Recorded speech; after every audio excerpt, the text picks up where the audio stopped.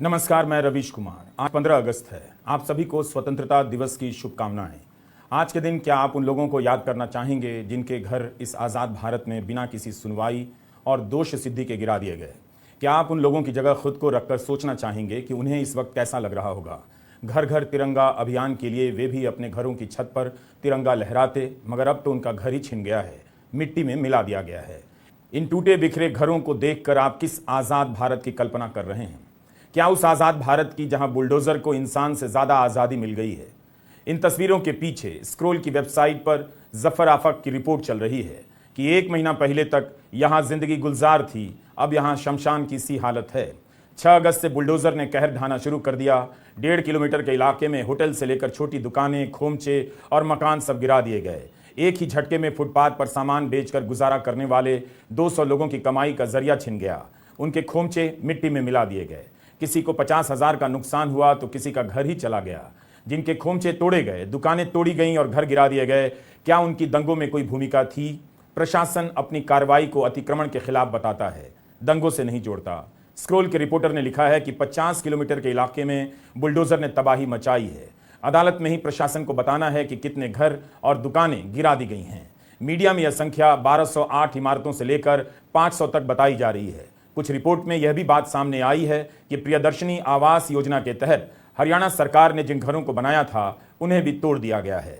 मध्य प्रदेश की धरती पर अपराधियों की अब खैर नहीं। जो भी व्यक्ति अपराध करता है, कोर्ट उसे सजा तो देता ही है, साथ ही मामा ब्याज भी देता है, बुलडोजर चलवा देता है।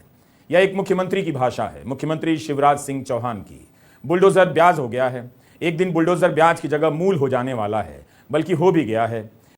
इसी हफ्ते खबर आई कि गांधी के बनाए गुजरात विद्यापीठ में सर्वधर्म प्रार्थना रोक दी गई और बनारस के राजघाट स्थित महात्मा गांधी और आचार्य विनोबा भावे के सर्व सेवा संघ भवन को 12 अगस्त के दिन बुलडोजर से गिरा दिया गया। लोगों ने अपनी पूरी ताकत लगा दी कि मीडिया सुन ले, कोर्ट सुन ले, प्रशासन सुन ले, सरकार सुन ले, मगर बुलडोजर ना आदमी को पहचानता है, ना गांधी को। उसने यह इमारत गिरा दी। उसके पहले यहां पर हजारों की संख्या में पुरानी किताबें इस तरह से जमीन पर फेंक दी गईं, जिनकी तस्वीर आप इस वक्त देख रहे हैं। इसका विरोध करने पर सर्व सेवा संघ के संयोजक राम धीरज समेत दर्जन भर लोगों को हिरासत में लेकर पुलिस लाइन भेज दिया गया था। अब इन किताबों का क्या होगा, कोई नहीं जानता। गांधी की इस इमारत के साथ जो हुआ, उसका दर्द सरकार के भीतर बैठे लोगों को तो नहीं ही हो रहा होगा। आज के भारत में बुलडोजर को कितनी आजादी है, इंसान को कितनी कम। हमारा आज का वीडियो प्रधानमंत्री के आज के भाषण पर नहीं है, क्योंकि हमने इसकी रिकॉर्डिंग 14 अगस्त को कर ली थी, मगर उनके पुराने भाषणों और पिछले हफ्ते आई CAG की रिपोर्ट की चर्चा करना चाहते हैं। 15 अगस्त के भाषण में प्रधानमंत्री मोदी भ्रष्टाचार और परिवारवाद की चर्चा जरूर करते हैं। 2016 में नोटबंदी लाई गई तो उसके अगले साल 15 अगस्त 2017 को भ्रष्टाचार की चर्चा बहुत कम हुई। इतना ही कहा गया कि नोटबंदी आई जिससे भ्रष्टाचार रोका गया। नोटबंदी के 3 साल बाद 15 अगस्त 2019 को प्रधानमंत्री नरेंद्र मोदी ने कहा कि भ्रष्टाचार मुक्त भारत के मिशन में जो भी रुकावट बनकर आ रहे हैं, हमने उनकी छुट्टी कर दी है। 2019 के 3 साल बाद 15 अगस्त 2022 को प्रधानमंत्री नरेंद्र मोदी कहते हैं कि भ्रष्टाचार के खिलाफ एक निर्णायक कालखंड में अब हिंदुस्तान कदम रख रहा है। भ्रष्टाचार दीमक की तरह देश को खोखला कर रहा है। 2016 से 2022 तक आते आते वे ये बात करने लग गए कि भ्रष्टाचार दीमक की तरह घुस गया है। हर भाषण में वे भ्रष्टाचार को लेकर बड़ा ऐलान करते हैं, मगर इस साल तो उनके ऐलान का बड़ा इम्तिहान हो गया। केवल CAG की रिपोर्ट की बात नहीं कर रहा हूं। अमेरिका से लौटकर प्रधानमंत्री NCP पर 70,000 करोड़ के घोटाले का आरोप लगाते हैं। उसके कुछ दिनों के भीतर NCP BJP सरकार में शामिल हो जाती है। जिस अजीत पवार पर BJP के नेता सैकड़ों करोड़ के घोटाले के आरोप लगाया करते थे, जेल भेजने की बातें करते थे, उन्हें महाराष्ट्र सरकार में उप मुख्यमंत्री बना दिया जाता है। अमित शाह कहते हैं कि अब अजीत पवार अपनी सही जगह पर हैं। आखिर प्रधानमंत्री कैसे खुद को भ्रष्टाचार की लड़ाई का नेता घोषित कर देते हैं? और अमित शाह के अनुसार वो सही जगह का मतलब क्या है? क्या खुद को भ्रष्टाचार के तमाम संदेहों से इस तरह से प्रधानमंत्री ऊपर कर सकते हैं? अगर ऐसा है तो उनके 70,000 करोड़ के आरोप के तुरंत बाद वही पार्टी उनकी पार्टी की सरकार में कैसे शामिल हो सकती है, उन्हें थोड़ा स्पष्ट करना चाहिए। केवल यही एक उदाहरण नहीं है। हम द्वारका एक्सप्रेसवे पर CAG की रिपोर्ट की बात करने वाले हैं, मगर इसी साल कर्नाटका में क्या हुआ? भ्रष्टाचार से लड़ने वाले प्रधानमंत्री मोदी अपनी पार्टी को हार से नहीं बचा सके। वहां उनकी पार्टी के नेताओं पर, मंत्रियों पर 1 साल पहले से रिश्वत मांगने के आरोप लग रहे थे, मगर ईडी की कार्रवाई की खबर नहीं आई। कांग्रेस ने चुनाव में मुद्दा बना दिया 40% कमीशन का और भ्रष्टाचार के मुद्दे पर प्रधानमंत्री मोदी को हरा दिया, क्योंकि उस चुनाव में बीजेपी की तरफ से वही चेहरा थे। रोड शो भी उन्हीं का हुआ करता था। उनके साथ बीजेपी के नेता रोड शो में होते थे या नहीं, आप रोड शो का पुराना वीडियो निकालकर देख लीजिए। कर्नाटका में ठेकेदारों ने तब प्रधानमंत्री मोदी को पत्र लिखे थे विधायकों और मंत्रियों के खिलाफ कि रिश्वत मांग रहे हैं, मगर किसी के घर ईडी ने दस्तक दी हो, आप पता कर सकते हैं। बीजेपी के नेता ईश्वरप्पा पर कमीशन मांगने के आरोप लगाए गए। उन्हें प्रधानमंत्री मोदी ने बाद में फोन कर कहा कि पार्टी में आप जैसे कार्यकर्ता होने चाहिए, वे दूसरों के लिए रोल मॉडल के समान हैं। ईश्वरप्पा पर जिस ठेकेदार ने कमीशन मांगने के आरोप लगाए थे, उसने खुदकुशी कर ली थी। इस 15 अगस्त को भी प्रधानमंत्री भ्रष्टाचार पर भाषण दिए ही होंगे, क्योंकि उनकी सरकार ने 9 अगस्त को करप्शन क्विट इंडिया, परिवारवाद क्विट इंडिया का उदाहरण दिया था। सवाल है कि प्रधानमंत्री मोदी अपनी पार्टी के नेताओं पर लगने वाले भ्रष्टाचार के आरोपों पर उस तरह से तटस्थ क्यों नजर नहीं आते हैं, जिस तरह से वे विपक्षी दलों को लेकर आक्रामक नजर आते हैं। बात यह है कि हर 15 अगस्त को भ्रष्टाचार का जिक्र करना क्या औपचारिकता भर है? अगर यह युद्ध है तो फिर इस युद्ध में बीजेपी से हाथ मिलाने वाले नेता या दल हाथ मिलाने भर से ईमानदार कैसे हो जाते हैं? दूर जाने पर भ्रष्टाचारी कैसे हो जाते हैं? अब देखिए, अगस्त के महीने में प्रधानमंत्री मोदी ने करप्शन क्विट इंडिया का नारा दिया। इसी अगस्त में सीएजी की कुछ रिपोर्ट आई हैं जो दिल्ली में द्वारिका एक्सप्रेसवे से लेकर अयोध्या में विकास के नीचे भ्रष्टाचार के संकेत दे रहे हैं।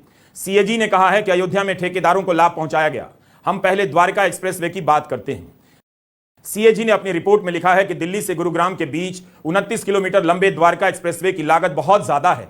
यह तस्वीर द्वारका एक्सप्रेसवे की है। 7,287 करोड़ की यह परियोजना है। इसे 4 प्रोजेक्ट में बांटा गया है। सभी को 2020 से लेकर 2022 के बीच पूरा हो जाना था। मार्च 2023 तक इन सभी प्रोजेक्ट में 60% से लेकर करीब 99% के बीच वास्तविक प्रगति हासिल की गई है। इसके लिए आर्थिक मामलों पर मंत्रिमंडलीय समिति ने एक रेट तय किया था।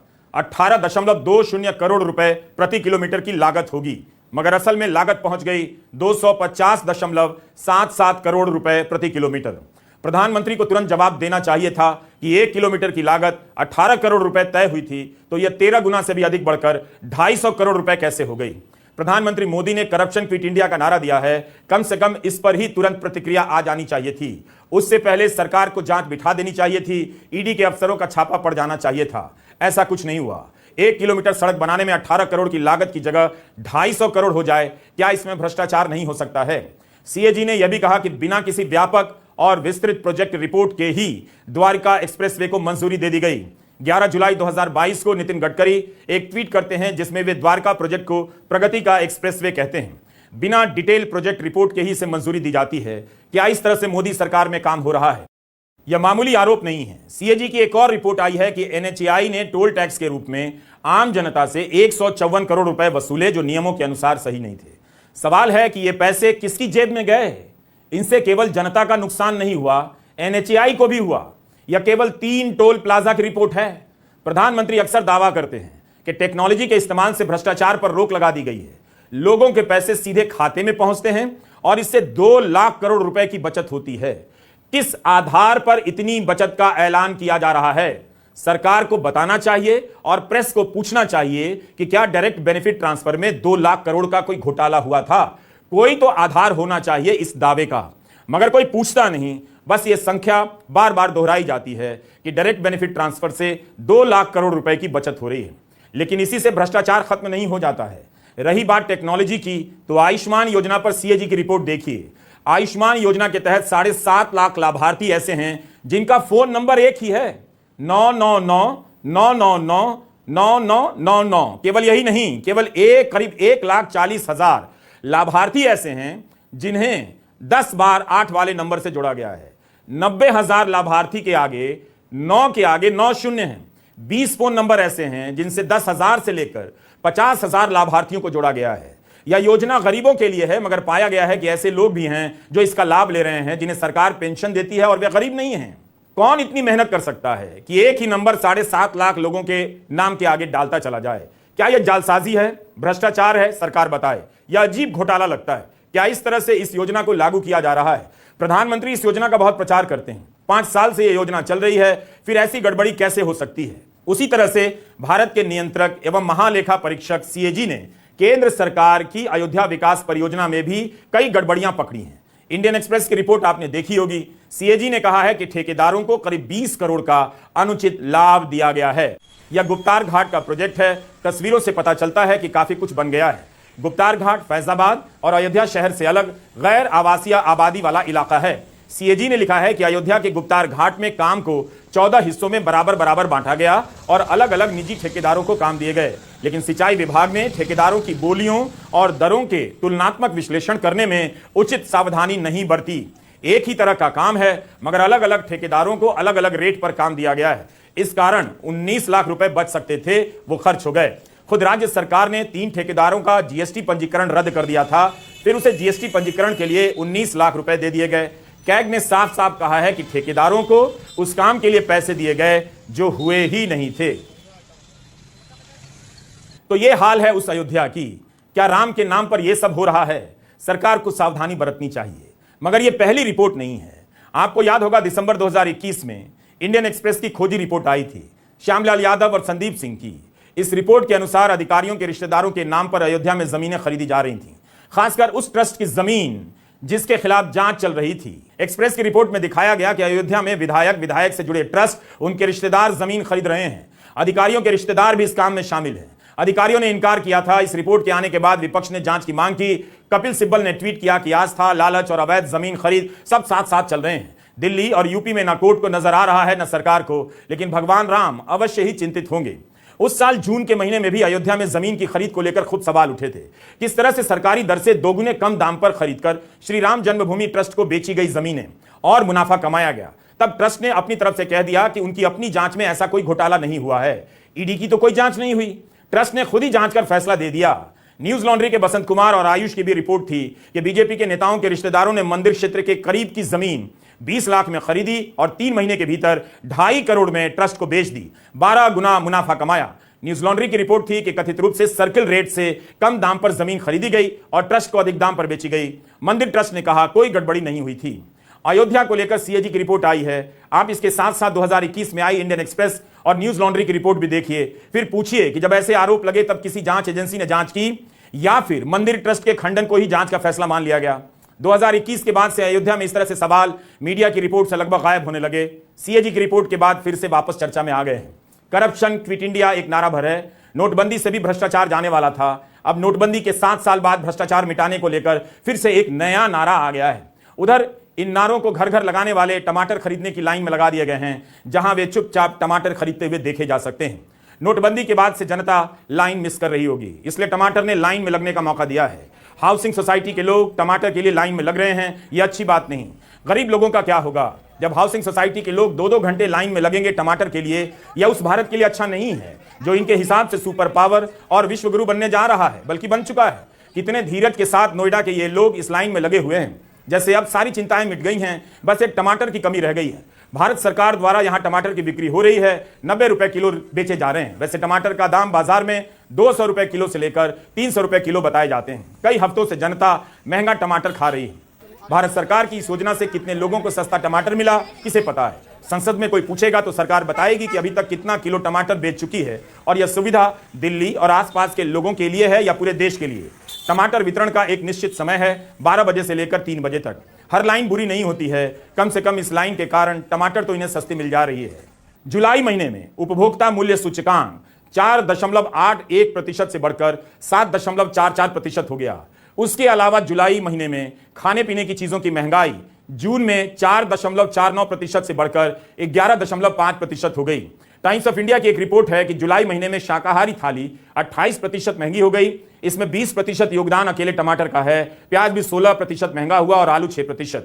जुलाई में आपकी कमाई तो नहीं बढ़ी होगी, लेकिन इसी तरह से बारी बारी से महंगाई आती रहती है और आपकी जेब खाली करती रहती है। प्रधानमंत्री के भाषणों का भारत एक ऐसा भारत है जहां केवल उपलब्धियां हैं, जश्न हैं। आपको जोर जोर से बताया जाता है कि भारत में आयकर भरने वालों की संख्या बढ़ गई है, मगर यह बात धीरे से बताई जाती है कि असल में टैक्स भरने वालों की संख्या में काफी कमी आ गई है। बिजनेस लाइन की यह रिपोर्ट देखिए। टैक्स के नाम पर पैसा जमा करने वाले लोगों की संख्या 2020 में 3.57 करोड़ थी, मगर 2023 में घट गई, 2.23 करोड़ रह गई। यानी असल में टैक्स जमा करने वालों की संख्या घट गई। लोगों की कमाई घटी होगी या बंद हो गई होगी, तभी ऐसा हुआ होगा। मगर आपको बताया जाता है कि 2023 के वित्त वर्ष में 7.4 करोड़ लोगों ने आयकर भरा। यह संख्या पिछले वर्ष के मुकाबले काफी बढ़ गई, लेकिन यह वो संख्या है जिसमें से 70% लोगों ने केवल 0 टैक्स भरा है। आजादी का दिन है, सवाल पूछने का दिन होना चाहिए। उसी से पता चलेगा आपके पास कितनी आजादी है। जो जिस हाल में है उसके लिए आज का दिन बहुत बड़ा है। दिल बढ़ाकर एक दूसरे को गले लगाइए। उस लाउडस्पीकर की तरफ कान मत दीजिए जिससे नफरत की आवाजें आती हैं। नफरत की भाषा बोलने वाले गोदी मीडिया से दूर रहा कीजिए। गोदी मीडिया से जब तक आप आजाद नहीं होंगे, आप आजादी का जीवन नहीं जी सकते हैं। सुप्रीम कोर्ट के मुख्य न्यायाधीश ने कहा है कि नफरत फैलाने वाले चैनलों को रेगुलेट करने के लिए news broadcasters and digital association NBDA के नियम प्रभावी नहीं हैं। चीफ जस्टिस ने कहा है कि बेहतर और प्रभावी व्यवस्था होनी चाहिए। इन पर जो जुर्माना लगाया जा रहा है वो काफी कम है। 2008 के हिसाब से 1 लाख का जुर्माना लगाया जा रहा था, मगर अब मुनाफे के अनुपात में जुर्माना होना चाहिए। अगर आज आप आजादी के अवसर पर लड्डू या जलेबी या आइसक्रीम खा रहे हैं तो उस वक्त गोदी मीडिया जरूर बंद कर दीजिए। मिठास का पता नहीं चलेगा। भारत पर गर्व करने के लिए वाकई में हजार चीजें हैं, मगर आप इसके गोदी मीडिया पर गर्व कभी नहीं कर पाएंगे। खुद से एक बार यह सवाल करके देख लीजिए कि आपको गोदी मीडिया पर गर्व होता है। आप सभी को फिर से स्वतंत्रता दिवस की ढेरों शुभकामनाएं। नमस्कार, मैं रवीश कुमार।